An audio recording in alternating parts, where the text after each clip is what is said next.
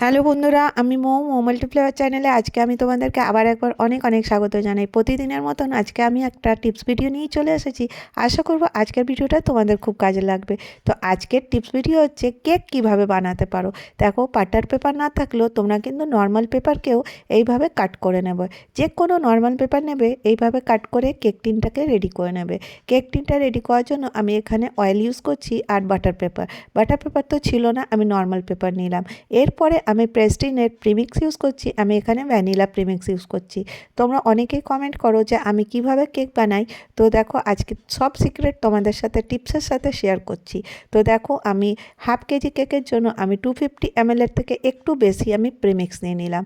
Premix তোমরা easily মার্কেটে পেয়ে যাবে বা অনলাইনেও পেয়ে যেতে পারো। তোমরা যে কোনো কোম্পানির প্রিমিক্স নিতে পারো, পেসবেরির নিতে পারো বা প্রেস্টিনের নিতে পারো। তো এরপরে আমি এর মধ্যে দিয়ে দেবো 2 চামচ মতন ভেজিটেবল অয়েল, যে তেলে কোনো গন্ধ নেই। দেখো, খুব সহজে এরকমভাবে তোমরা কিন্তু বাড়িতেই তোমাদের বাচ্চার অ্যানিভার্সারির যা কেক চাও সেটা কিন্তু ইজিলি বানিয়ে নিতে পারবে। তোমরা খালি একটু মন দিয়ে দেখো, আমি প্রত্যেকটা টিপস তোমাদের সাথে শেয়ার করব। তো দেখো, আমি এটা কেক টিনে রেডি করব। আরে ওভেন নেই তো কি হয়েছে, এই যে আমার ডেকচিটাই আমার ওভেন। এর মধ্যে লবণ দিয়ে দিয়েছি। এরপরে দেখো, ডেকচিটা প্রিহিট করে নিয়েছিলাম, থেকে 10 মিনিটের মতন প্রিহিট করে নিয়েছিলাম। তারপর কেকটা বসিয়ে দিলাম। এখানে আমি সানবিপের কেক ক্রিম ইউজ করছি। হুইপ ক্রিমটা এই কোম্পানির ইউজ করছি। তোমরা স্টারের নিতে পারো, টপোলাইটের নিতে পারো। এরপরে আমি দেখো, এই মেজারিং যে কাপটা আছে, এই কাপের মেজার করে আমি এর মধ্যে প্রিমিক্স দিয়ে নিচ্ছি। তো এই হাফ কেজি কেকের জন্য তোমরা এই প্রিমিক্সটা নিয়ে নেবে। তারপরে এখানে যেটা ব্লাইন্ডার আছে ওটা দিয়ে কিন্তু ব্লাইন্ড করে নেবে। খুব সহজে হয়ে যায়। আর যখন তোমরা দেখবে ক্রিমটা হচ্ছে না, তখন কিছুক্ষণের জন্য আবার তোমরা ফ্রিজে রেখে দেবে। এখন শীতকাল বলে কোনো অসুবিধা হয় না, কিন্তু অন্য সময় কিন্তু খুব অসুবিধা হয়, ক্রিম কিন্তু বিট হতে চায় না। তো তখন একটু ঠান্ডা করে করে তোমরা কিন্তু এই কেকের যে ক্রিমটা আছে ওটা বিট করে নেবে। তো দেখো, ইজিলি তোমরা আমি দেখি পাল্টি করে দেখো পড়ছে কি পড়ছে না। এইভাবে তোমরা চেক করে নেবে যে কেকের যে ক্রিমটা হয়েছে ওটা সম্পূর্ণ বিট হয়েছে কি না।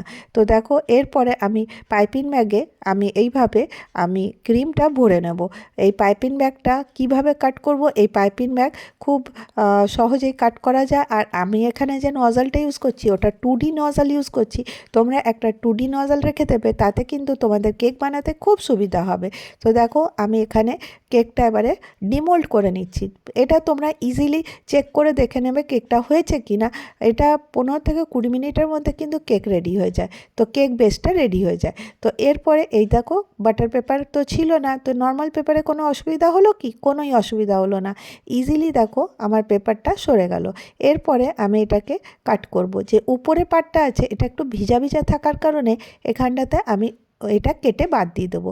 সবসময় কেকের উপরের যে পার্টটা আছে কেটে বাদ দিতে হবে। তারপরে দেখো, হাতে এরকম চাপ দিয়ে দিয়ে আমি কিন্তু কেকের লেয়ারগুলো কেটে নিচ্ছি। এটাতে আমি 2টো লেয়ার কাট করব, কারণ 2টো স্টেপই এখানে হবে। তো দেখো, আমি এইভাবে কেকের লেয়ারটা কাট করে দিচ্ছি। খুব সহজ, তোমরা ইজিলি কিন্তু করে নিতে পারো। আর দেখবে বাজারে যেতে হবে না, খরচাও কম হবে। তো কেননা বাড়িতেই ট্রাই করা যাক। তো দেখো, এরপরে আমি হুইপ ক্রিমটা এইভাবে দিয়ে দিলাম। আর তোমরা তো প্রত্যেকটা জিনিস দেখলে আমি কি ক্রিম ইউজ করছি কি করছি। আর এটা আজকে আমি বাটারস্কচ কেক বানাচ্ছি বলে বাটারস্কচ ক্রাশ ইউজ করছি। আর এর মধ্যে বাটারস্কচ নাট যেটা আছে ওটা আমি ইউজ করলাম। এরপরে এরপরে আরেকটা লেয়ার দেবো। এইভাবে আরেকটা লেয়ার দিয়ে আমি এই পেস্টটা রেডি করে নেব। সহজ, আর দেখো ইজিলি তৈরি হয়ে যাবে। তো এরপরে আমি তোমাদের সাথে শেয়ার করি যে কিভাবে আমি কেকের ক্রিমটা লাগাই। তোমরা এইভাবে করে দেখো, তোমাদের কোনো অসুবিধা হবে না। কিন্তু একটু প্র্যাকটিস দরকার। যত প্র্যাকটিস করবে তত তাড়াতাড়ি কেক বানানো শিখে যাবে। এরপরে দেখো, আমি একটা প্লাস্টিকের স্ক্র্যাপার নিয়েছি, দিয়ে আমি এটা দিয়ে প্লেন করে দিচ্ছি। এটা ক্রিমটা প্লেন করা খুব বড় কথা না, কিন্তু হাতটা না ঘুরলে পারে কিন্তু হবে না। আর টার্ন টেবিলটা থাকতেই হবে। টার্ন টেবিল বিনা কিন্তু আমরা আমরা কেক বানাতে পারবো না। তো এইভাবে দেখো টার্ন টেবিলটা ঘোরাতে থাকবো আর কেক বেসটা আমি রেডি করলাম। আমি দেখো টার্ন টেবিলের উপরেই করি, তারপরে আস্তে করে কেকের বেসটাকে এইভাবে আমি দুটো নাইফ দিয়ে, স্প্যাচুলার নাইফ দিয়ে এর মধ্যে আমি শিফট করে দিলাম। তাহলে কী হবে, কেক বেসটা কিন্তু নোংরা হবে না। আর এরপরে দেখো আস্তে করে ছুরি দুটো সরিয়ে দিলাম। এরপরে একটুখানি সময়ের জন্য আমি ফ্রিজে রেখে দেবো। আর তারপরে দেখো একটু পরে আবার আমি নিয়ে চলে এলাম। এরপরে আমি ডলটা বসিয়ে দিচ্ছি। এরকম ডল তোমরা তোমাদের লোকাল মার্কেটে পেয়ে যাবে। তারপরে দেখো আমি একটা স্টার নজল নিয়েছি একদম ছোট্ট সাইজের। তারপরে এই যে ডলটা আছে সেই ডলটার মধ্যে আমি এই নজল দিয়ে আমি এর ফ্রকটা বানিয়ে নিচ্ছি। তোমরা তোমাদের ইচ্ছা মতন কিন্তু এটা করে নিতে পারো। তো দেখো আমি এইভাবেই আমি ডলের ফ্রকটা বানিয়ে নেব, মানে ফ্রকটা না এর উপরের যে পার্টটা আছে এটা করে নেব।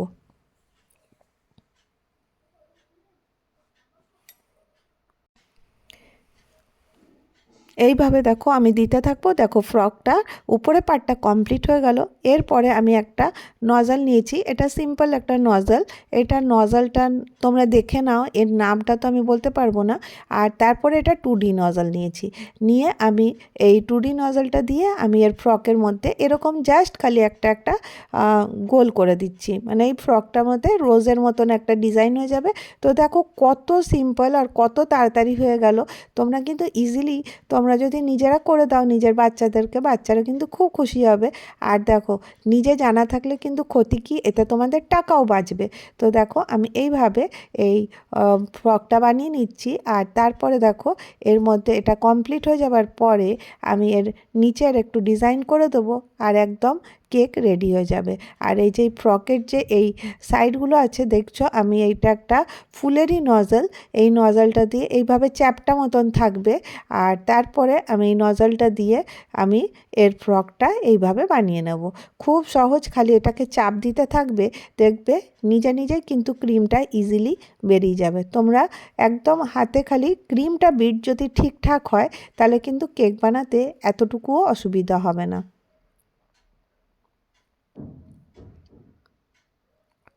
দেখো আর নিচটাতে আমি একটুখানি এই ইয়েলো কালারেরই একটুখানি করে দিচ্ছি, তাহলে কিন্তু দেখতে ফ্রকটা বেশ ভালো লাগবে।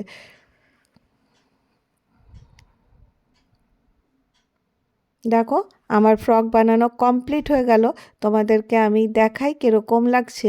আশা করব তোমাদেরকে ডিজাইনটা ভালো লেগে থাকবে, কারণ এটা খুব সিম্পল ডিজাইন আর করার পরে কিন্তু খুব ভালো লাগে দেখতে।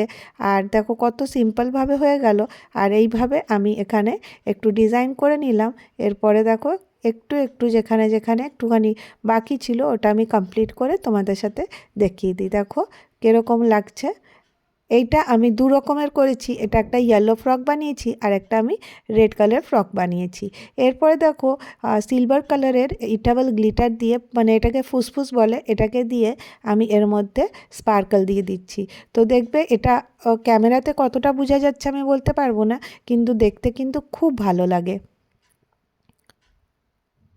খুব সহজেই তোমরা বাড়িতে বানিয়ে নিতে পারো। আজকের ভিডিও এতটাই, আবার দেখা হবে।